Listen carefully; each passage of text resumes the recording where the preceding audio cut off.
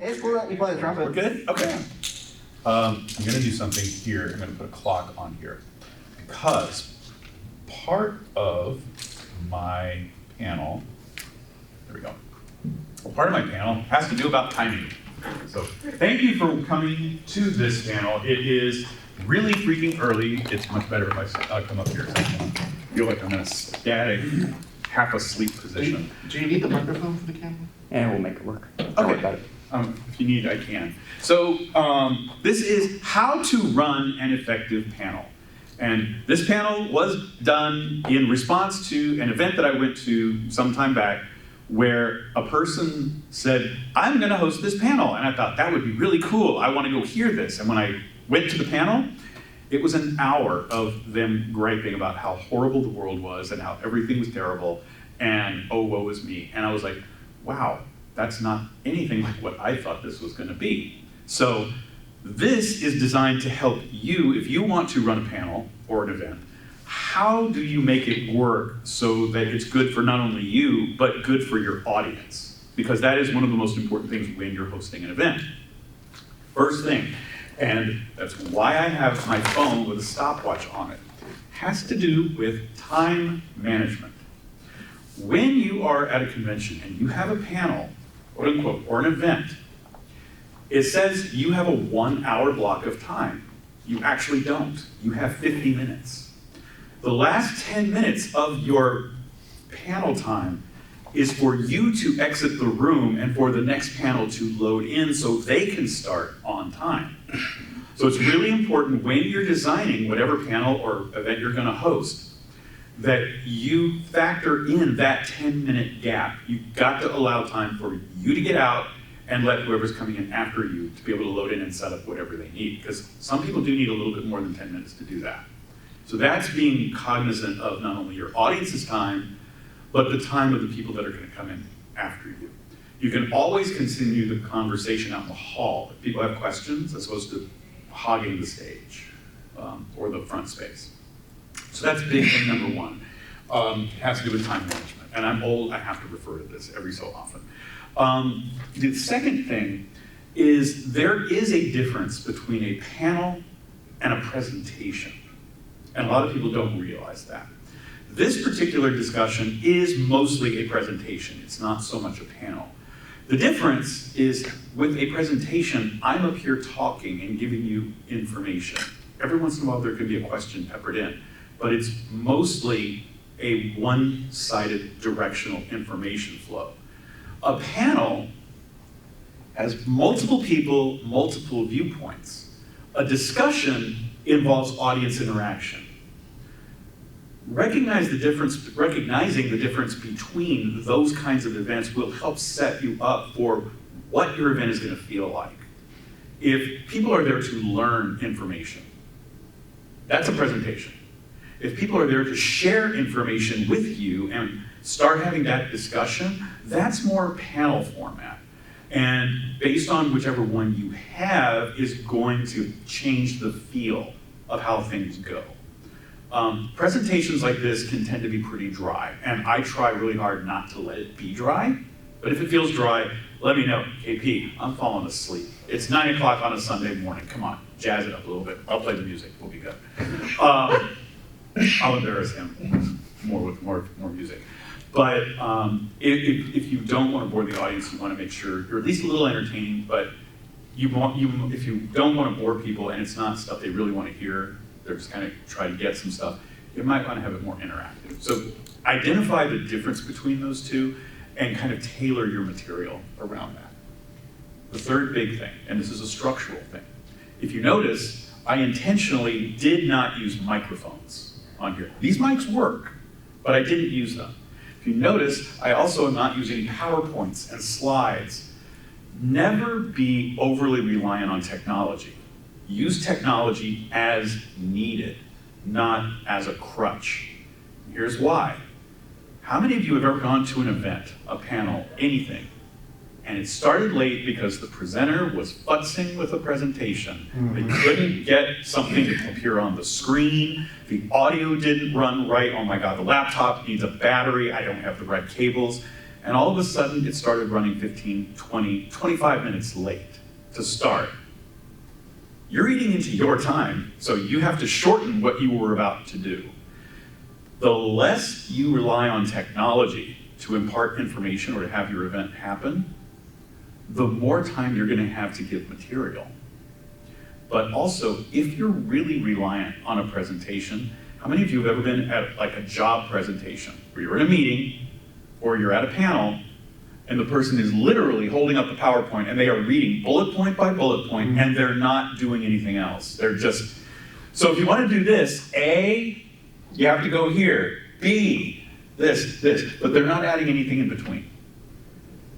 Not going to insult anybody, but that is one of the most boring ways to host information exchange, is to just read something that they could have just been given a flyer and taken home with them. It's a waste of their time. The point of doing a live presentation is you have extra information you can't put on a screen.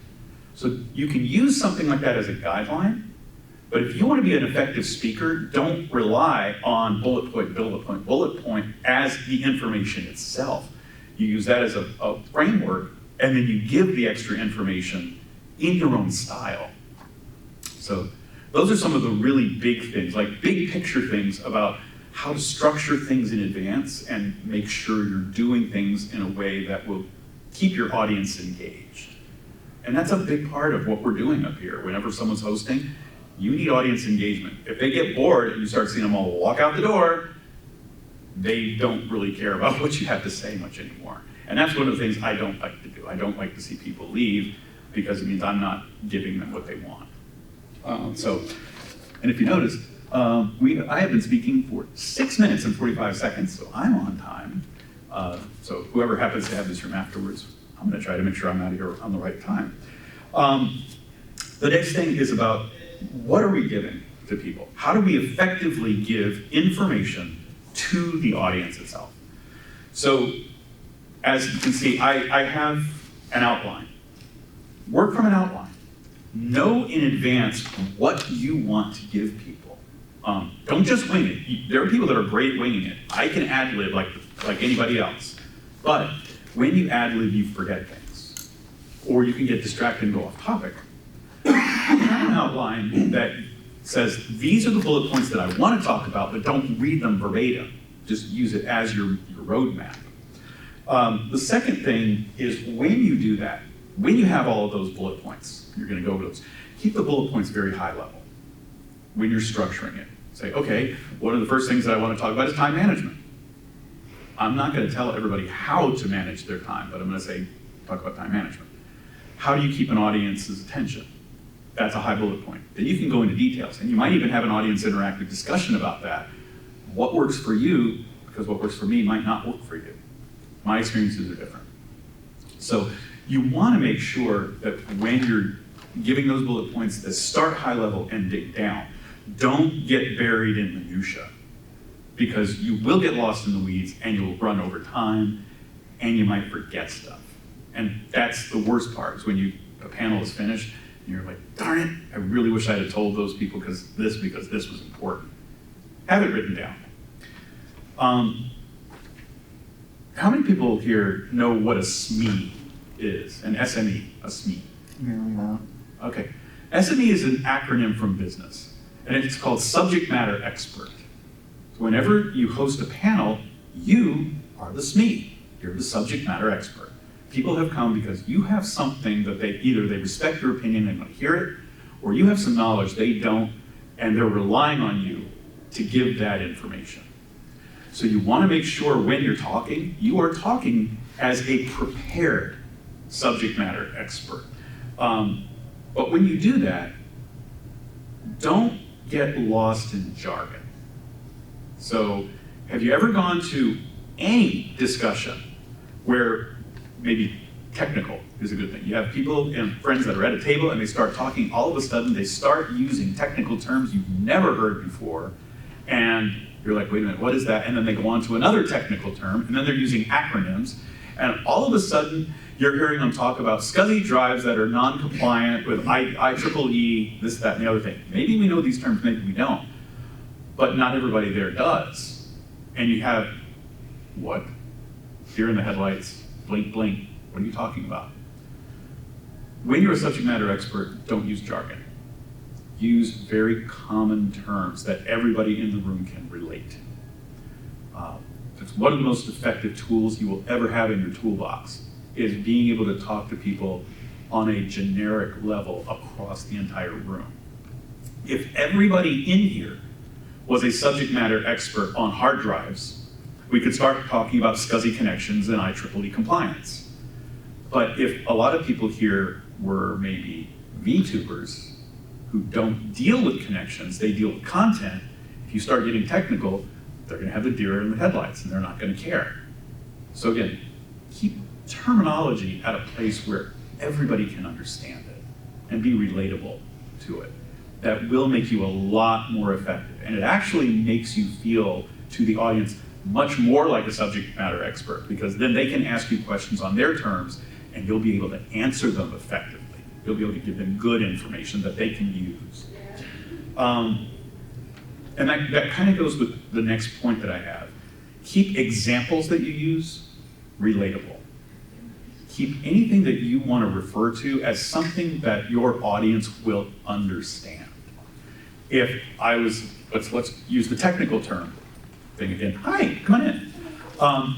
If we were doing technical talk and your audience are people that are completely familiar with virtual reality, VR chat, it's okay to start talking about avatars, and it's okay to start talking about different things on the controllers. Here's your menu, here's your inventory list. Those are things everybody in the room will relate to. They'll understand it. But if you start talking about the back end of Unity, not all users are going to understand that if they're not developers. So you want to make sure that what you're talking about is relatable in a way that when they give an example, they don't feel like they're left out. You want them to be included in the discussion. So sometimes I don't like the term dumbing down, but I like the term simplification. Keep things on the lower levels where everybody can get to them and then build up. If you're gonna start using technical terms, start at the bottom, define the term, and then integrate that into your presentation. That will make things way more effective, because then people have that baseline. They understand what you're talking about. You're not just throwing a term out that they'll never get. So the last main part that I have of this, and like I said, we are at 12 minutes. So we're about a quarter of an hour, and I'm about 2/3 of the way through the talking points, and then we have more of the discussive, the interactive part. How to put everything together. So you've got your time, you've got your panel, you've got your bullet point, you're ready to go.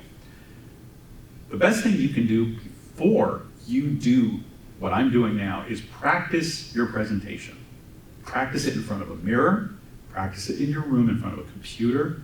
Figure out where your stumbling points are going to be. Because in every presentation, it looks great when you're doing those bullet points. When you get to start talking about it, all of a sudden, oh, wait a minute. Are they gonna understand this? Or, oh, wait a minute, I'm talking about something and I have trouble pronouncing this particular term. You wanna make sure that when you're talking, you don't feel like, I don't know what I'm gonna do. I don't know how to do this. The next thing is, when you're talking, talk in a conversational tone, like I'm talking to you right now. You don't want to feel like I'm pointing my finger and lecturing at you and you have to do this way. It's one of the easiest ways to lose your audience. I just lost one person. No, I didn't. Easy stuff. Talk conversationally. It makes you more relatable as a presenter. It also makes it easier for people to kind of start making the connection. So when you talk, they feel like you're talking to them, not talking to an entire room. You're not lecturing, you are actually engaging with people. After that, you want to learn how to speak with confidence. And for those that are in the room, does it feel like I'm confident about the material that I'm talking about? Yeah. If I were to do the same presentation and I said, so the next thing that you want to do is you want to learn how to speak, but you have to do it so that people believe you, that you're confident. Would you have confidence in the way that I'm talking if I was saying it that way? No. There are very specific key things that any speaker can do that will make you much more relatable, but also much more confident. And you can use this outside of presentation work as well. This is something I wish more people were here to hear, great. But something that people would learn. First thing is to learn how to play the game. Has anybody ever heard of the game? Yes. The game is a speaking technique that I learned when I was in speech class and debate. When you're going to speak, the easiest way for people to start thinking you don't know what you're talking about is to use filler words. And filler words are and other sounds that aren't really a word, but you feel like you've got to say something, so you just make a noise. That makes you feel like you don't know what you're talking about. Have you ever seen someone on television doing a press conference and they get a question and they don't know the answer, and they're stammering to try to figure out how to answer it? They don't play the game. They would be like, well, I'm afraid, I'm gonna have to get back to you on that. That's a good way to lose confidence. We're gonna play a round of the game right now. The game is you have to be given a topic that is unprepared, that you don't know someone's gonna give you. You have to speak 30 seconds without using a filler word. And you have the entire audience count how many times you use a filler word. I'm gonna ask you right here. Okay. I want you to give me a topic that we have never met before. Just give me any random topic from any field, and I have to try to talk about that topic for 30 seconds. And I want you to listen for me and hold your finger up if you hear me say or anything that sounds like a filler word. What is my topic? Farming oranges. Farming oranges. Get ready. I'm gonna keep an eye on this. You have to do it for 30 seconds. And we're gonna 10, 8. I know this is a boring part. I'll do a song and dance later. 3, 2, 1. Hi everyone. We're going to have a discussion about farming oranges.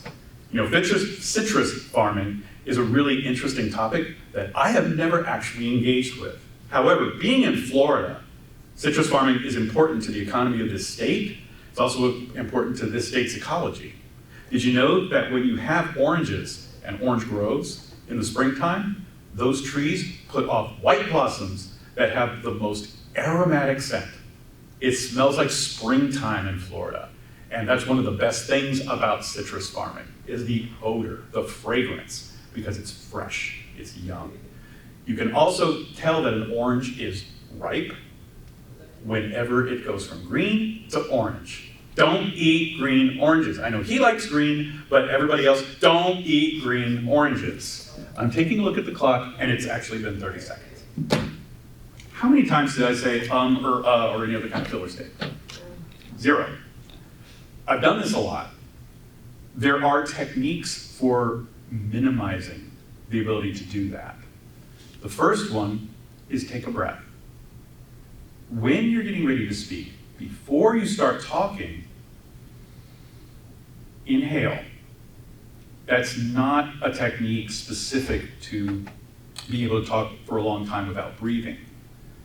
Taking that breath, excuse me one second. Excuse me.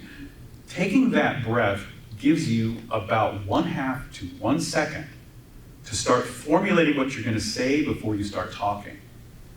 That will give you just enough time for your brain to start putting words together, and then when you start talking, you're half a step ahead. Most people don't think your brain would work that way. It does. It really does.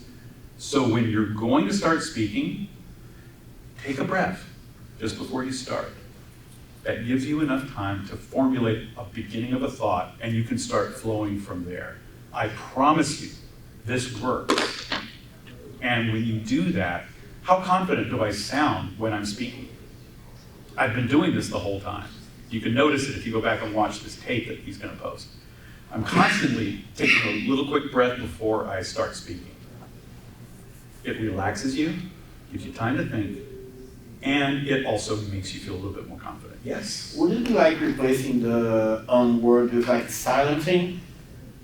It's not so much a replacement of silence, because when you start talking, a prolonged silence is just as bad as the game. or just as bad as saying or If it's prolonged, people are going to read it as you don't know what to say.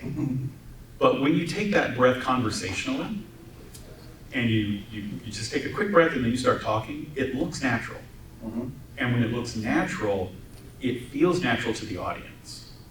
It makes you feel like you're having a conversation.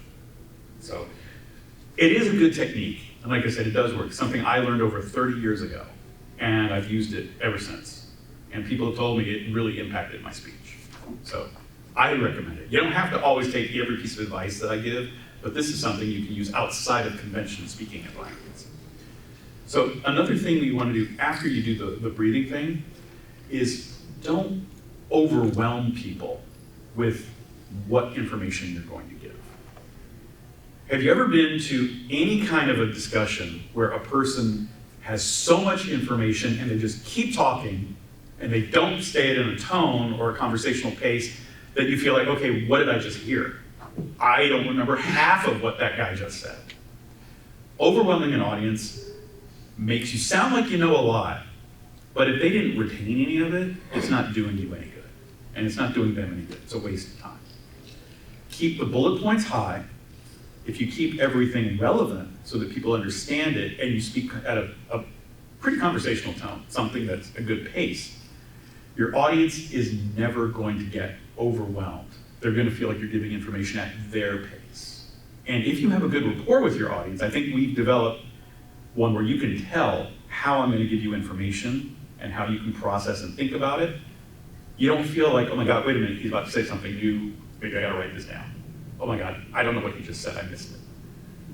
That doesn't make things effective. So you want to make sure that you give the audience enough without overwhelming, without really making them feel pressured to try to remember data.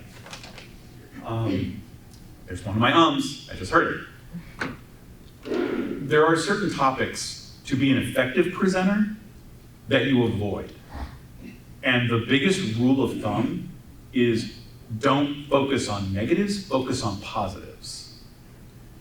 I'm gonna give you an example, and this is dealing with furry in the media. And I do that panel as another panel at Anthrocon here and other conventions. If I were to give an interview and the person says, what is all this about? What are you furries about? You sound, this looks a little different. Please explain this to me. If I came up here and said to you, well, I know you've heard a lot in the media, but we're not all perverts and we're not all freaks, and all of us are not unemployed people that live in our mom's basements, and not all of us are dirt poor. We're a very diverse group. What images did I just put in your head? If I said, hey, Hell's Angels, we're not all Hell's Angels. All motorcyclists are not criminals and people that cause trouble and are really hard to deal with on the road. What image did I just put of motorcyclists in your head?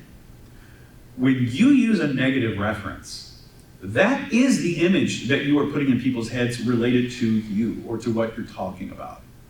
Emphasize positive things. Talk about positive examples. When I talk about furries in the media, instead of saying, we are not this, I say, this is a collective group of artists. And the arts can involve sculpture, costuming, music, drawing arts. There's all different kinds of things. Stand-up comedians. What images did I just put in your head? Things that are positive. If you ask me, well, what generates interest in the furry fandom? What is furry anyway? If I say, we are a group of enthusiasts of the anthropomorphic arts, what did I just tell you? If you don't know what the word anthropomorphic means, what did I just tell you? Nothing. Unrelatable, a $5 word for a nickel concept. If I told you, oh, we're a bunch of people that like walking, talking cartoon animals. We like animal-based characters that have human traits.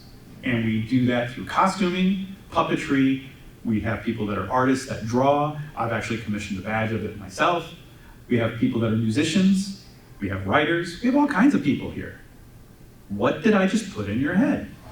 Very positive images, especially the cartoon animal part, because they can relate to cartoon animals that they've experienced in the past.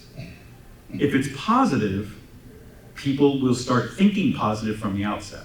If you give negative examples, they are going to get negative connotations from the start.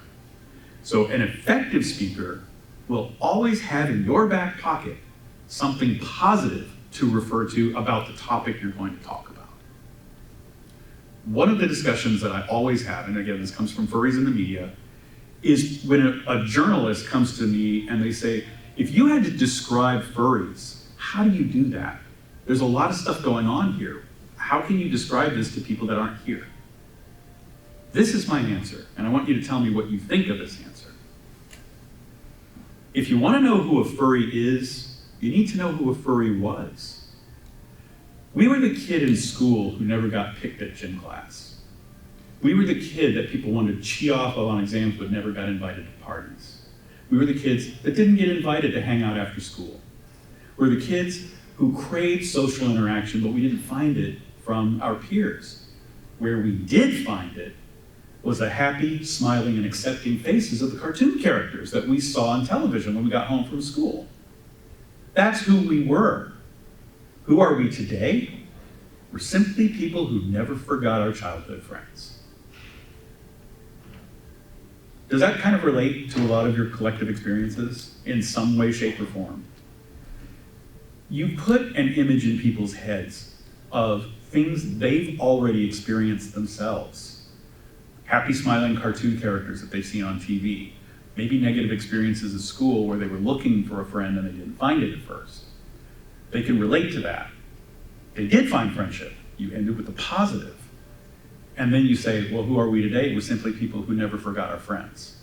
There's a kind of a heartwarming mantra there, and I can guarantee you, every single time I have used that example, journalists have gone, wow, that was interesting. Am I a furry? I'm serious. We have people that have said, am I a furry then? Because I can relate to this. The more relatability you have, and the more you can bring things to a personal level with each person that you're speaking to, the more effective it will be. And that's what I want you to take away from this, is give your information effectively, don't run over time, don't ramble, and how you speak in a way that makes you feel confident and that your audience senses as confident. If you can do all of that, you will be an effective speaker and an effective presenter. It's not that hard, but it's something that a lot of people just never have pointed out to them. I think there's 1 point left. Yes, 1 point. And then we're done with the paper part, and it is about 30 minutes in. When you're speaking, you notice I'm making eye contact with each and every one of you as I scan the room, including the camera. Watch for your audience's reaction as you say things. If you say something and people start going, oh, you just struck a nerve that maybe they don't like, or maybe it's coming across the wrong way. So when you talk, make sure your audience is keeping an eye on you and you're keeping an eye on them, so the dialogue feels like it's two ways. If it feels like you said something wrong, see if you can either move the topic, or if it's something that's a major talking point and people don't like it, find out why. Ask questions. Say, I see a lot of people that seem to have a response. What are your thoughts on that? Keep the dialogue going, but watch your audience's reaction. Because if you have enough people that are not interested in what you have to say, they're going to leave and your presentation starts to fall apart. But believe it or not, those are all the talking points that I have. It's, like I said, it's not rocket science. It's just stuff people never really point out to folks at times. Does anybody have any questions about anything you've heard me say, or anything that you saw and you're like, wait a minute, how do I incorporate this into things? Yes, sir. So basically what you said, like all those topics that you got for basically do they apply to, for example, more technical panels, like I'm teaching something and letting them learn like a technical thing about, I don't know, coding, art, or whatever? Mm-hmm. Are they more applicable? Because it feels like it would be more applicable so for something like a personal opinion or whatever. So yes, these techniques apply to any topic. You just have to kind of modify the dialogue, you have to modify the content and make your examples move towards whatever your topic is. If your audience is about coding, and that is what you're talking about, everybody has a baseline dealing with coding because there's an expectation that that's what you're going to talk about. Keeping your examples relatable to that, if you start talking about coding and VR chat, for instance, I keep going back to that because that's something I've just started to become a little bit more familiar with. If you start talking about Unity in VR chat, and well, I learned this from this new module, and I learned this, and this is how the skeletal structure in an avatar actually can work. Oh, wait a minute, this is how we designed this world, and there's a functionality, and it's in this thing here. When you start talking about that, so long as you can keep on a relatable level to everyone in your audience, you're doing the right thing. And you can even rely on personal examples. Personal examples there might be, oh my God, I remember this one time that I was working on this world and I put this in there and the whole thing fell apart, and here's why it fell apart. That's still a relatable personal example, but you've tailored it to your audience. So again, yes, these things work anywhere, but you have to understand that you have to work with the audience that you have. Keep everything relatable keep it on focus with the topic that you're talking about. But it works everywhere. The speaking, the game, speaking techniques, the breathing, that's universal. And that will work in any language, that will work in any type of presentation. But it's a good question, thank you. And yes? Will this panel be available anywhere online? I came in a little late, I'd like to see the beginning of it. That is a great question. And yes, this panel will be online. This fine fellow right here who's filming everything gave me this wonderful card, and it has on the back, did I take your photo or did I film your panel? And he is filming it. There's a QR code on the back. I'm sure he'll probably be able to give you a card if you'd like to see it, where you can scan it and you can search for how to host an effective panel. Pretty sure that's what the title will be since that's the event name. And you can go back and start it from the very beginning. Cool, thank you. Okay, great. Any other questions? Yes? On time management, you've been keeping track of your time, so you roughly know where you want to be at a given time, or at least see how much time you have left. Mm-hmm. Do you plan any sort of set beginning, middle, and end? Do you leave space or topics or segments that you're willing to cut if you start to run long? Do you have extra pieces you want to add in case you end up with extra time at the end? So if you notice, it's a great question. If you notice, when I was doing this and I was keeping an eye on it, I was actually saying we're right on time. The panel that I host with this event is designed to last roughly 28 minutes of me giving information. And I know that because I've practiced it many, many times for multiple events. So if I'm not having an interactive discussion throughout the entire thing, it will take me about 28 to 28 and a half minutes to go through all of these talking points, on average, plus or minus 3 minutes. I'm very good about trying to manage what I say. When I'm finished with that, I have built in a question and answer period, which is what we have now, so that we can have a better discussion and go into more depth. Usually when I have people that are really raising hands, and there's a lot of them, the way I manage my time is I see a lot of people have questions, and I definitely want to get to all of them. Let me get through these talking points. If you can hold your questions until after the end of this particular point, then I'm going to field questions from the audience. That is a very polite, gracious way of letting people know, hey, I see you, I know you have questions, but there's a lot of you. Let me get through the information for everybody, and then we'll go point by point. If we get to the point where it's 50 minutes of time and we really need to start exiting the room to be cognizant of the next panel's time, I will take it out into the hall. And I will say, you can ask Fuma, I have spoken for an hour and a half after a panel in a hallway of people just asking me questions.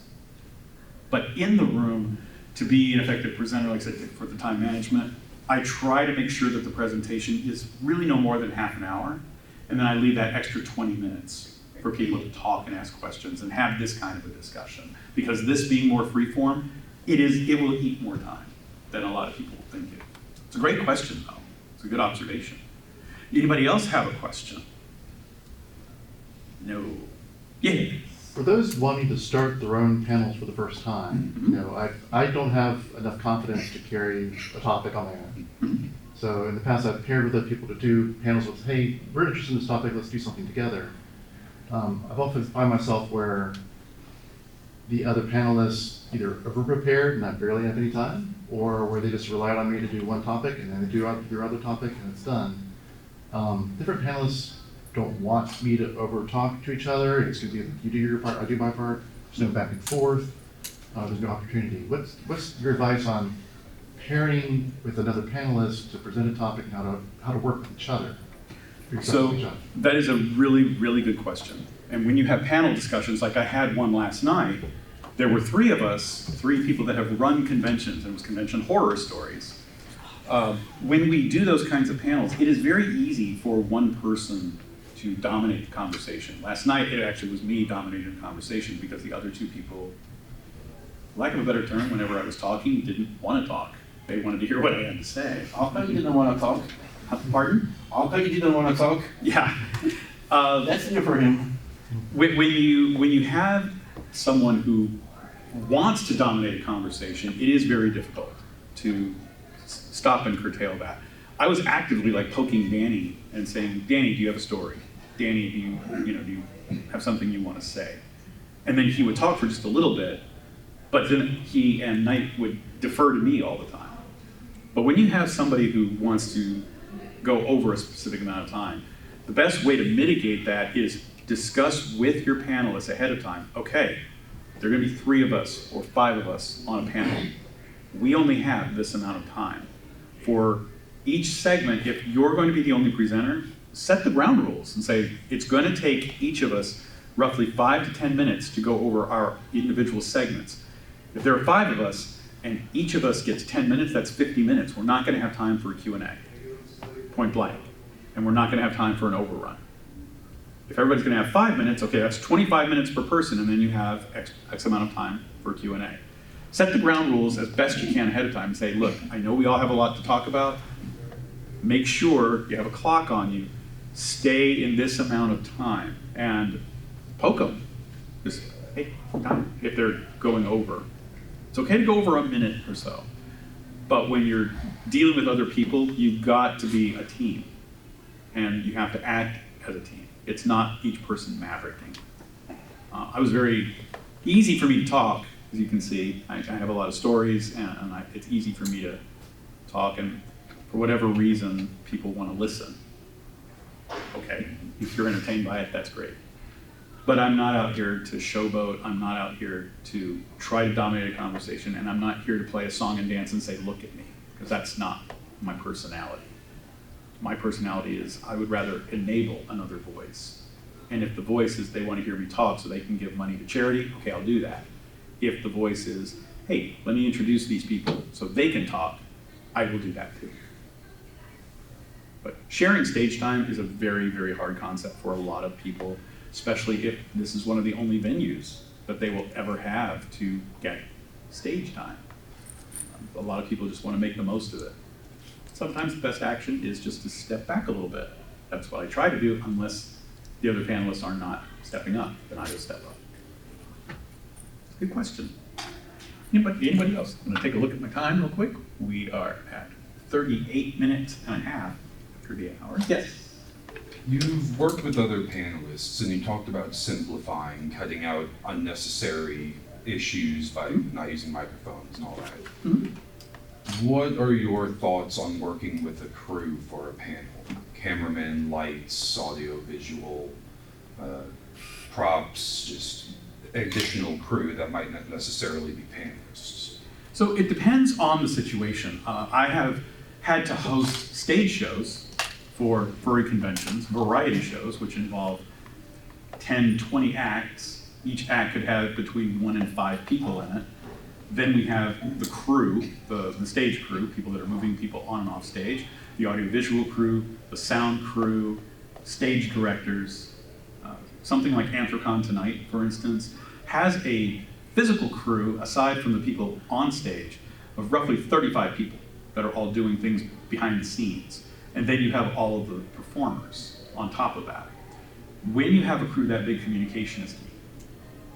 When I was doing a specific episode of Anthrocon tonight, specific iteration, one of the events was called Anyone Can Be a Star. And what we ended up doing, and this terrified the sound crew, this terrified the stage crew. I had them raise the house lights, and I said, we're gonna pull random people out of the audience who were not expecting to come on stage. Sound crew panicked. But I told them what I was gonna do. And they're like, oh God, here it comes. I was like, I need someone who can beatbox. Who here can beatbox? They raise their hand. I'm like, you, come up here. It's like, I need someone who can do a hi-hat sound. If you don't know what a hi-hat is, it goes, it's a cymbal. I need someone who can do that. You, come on up here. I need someone who can sing a basic melody. You, come up here. I need someone who can make a random noise with their mouth. You, come on up here. And then we went backstage and I explained to them what we were gonna do. It's called a circle song, where one person starts with the beatbox and then another person joins in with a different rhythm that coordinates with it. Third person did another sound that added to this song. Fourth person did the same thing. Then every musical instrument on the stage in the band started joining in a jam session. And we created a completely original musical composition that no one had ever heard before. And it's never been played again because it's all improv. This terrified the sound crew. This terrified the stage directors. And I was like, you gotta trust me, but I will give the direction of what we need to do and where people need to be. It worked out better than anybody could have imagined. It was so good that a musician who was not on stage ran up on stage to join in with a violin. When you're working with a large crew, if you communicate what you're gonna do, even if they don't understand it, communicate what steps they need to do, how much time you're going to allow for it, and any technical needs that are needed. Make sure the members of the band know their instruments are going to be mic'd and live. Make sure you know there are going to be either 2 or 3 microphones on mic stands that have to be live because people aren't going to be holding them. 2 people will be sharing a microphone. Make sure they know I will be walking around cueing people without talking. So my microphone is not creating feedback as it's moving around your speakers. When you are that specific on the directions and how to share the stage, and like I said, that's a very large orchestration to deal with. But when all of the components knew what we were going to do, it was very easy. They were scared of it because they didn't know how it was going to play off. But it was very, very simple. And if you like, at the end of this, I can actually pull up the video and you can hear that composition. If you want to hear it, I can play it for you. But I want to make sure anybody else has a chance to ask a question if there are any questions. Is there anybody else that has a question or a concern or a thought that you want answered or you want to share? No? Okay. Hopefully y'all got something out of this. Hopefully it wasn't boring. Would you like to hear that musical composition? Sure. Okay. This can be viewed on YouTube. We are at 43 minutes, so we are at a perfect stopping point for that.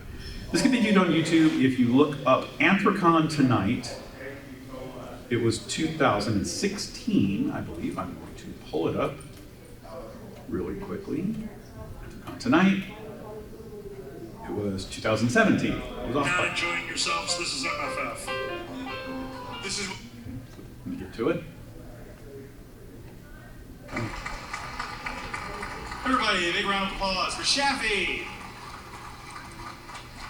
Let me make sure this is the We segment. never heard anybody use the keyboard as a drum before, so we thought that was kind of cool. What we're going to do now is, Alpha, remember we talked about making a little magic on the stage? This is it.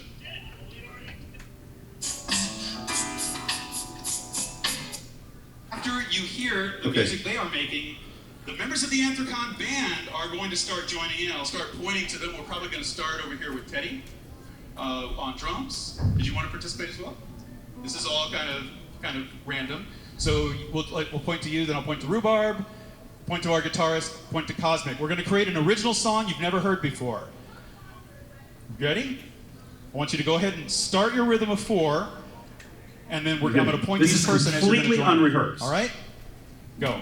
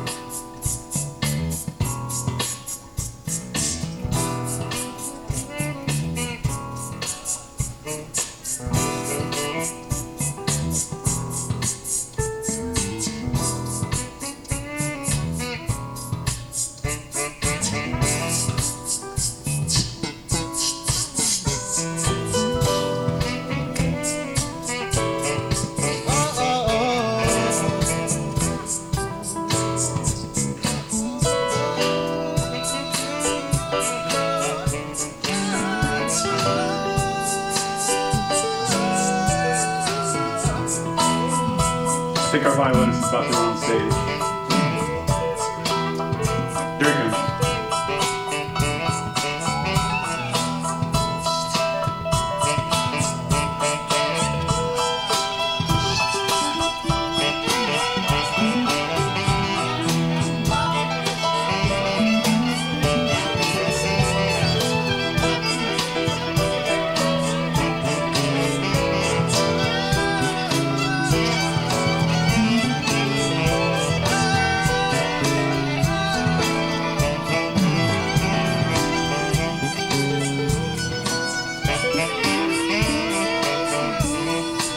Now this starting to cut out.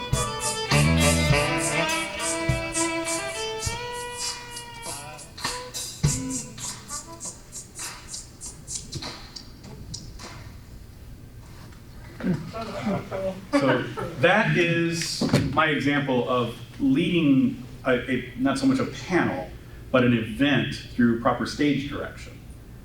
It took a lot of coordination ahead of time, telling people what we were going to do, but in the end, 4 people from the audience who had no stage experience were just able to make noises with their mouths, actually created a song.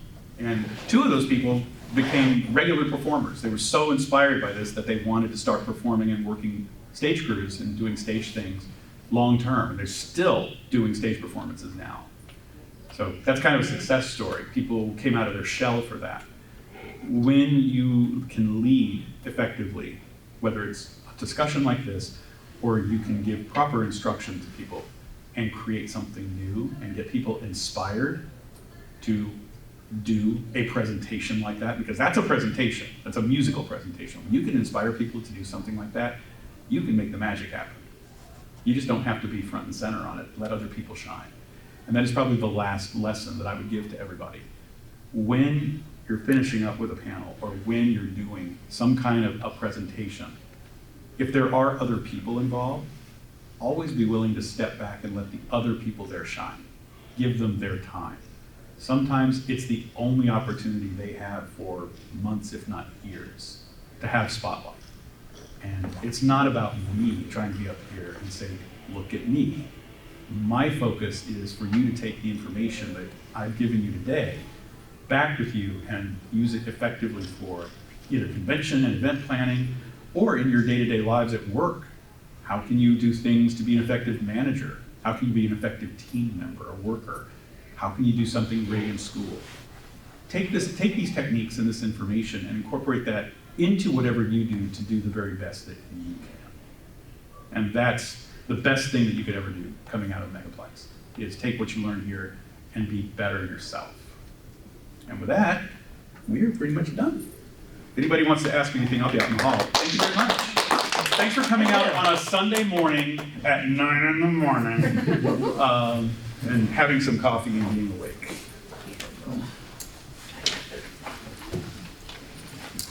And enjoy the rest of your conference. Thank you. Yeah. Hi. Oh, yes. He has a red scar and a gay so cute. When he started to dance, nobody could see. I was by myself in here. He's a groovy. I ask you for a card. His red scar on a saxophone, playing with attitude. He loves to groove.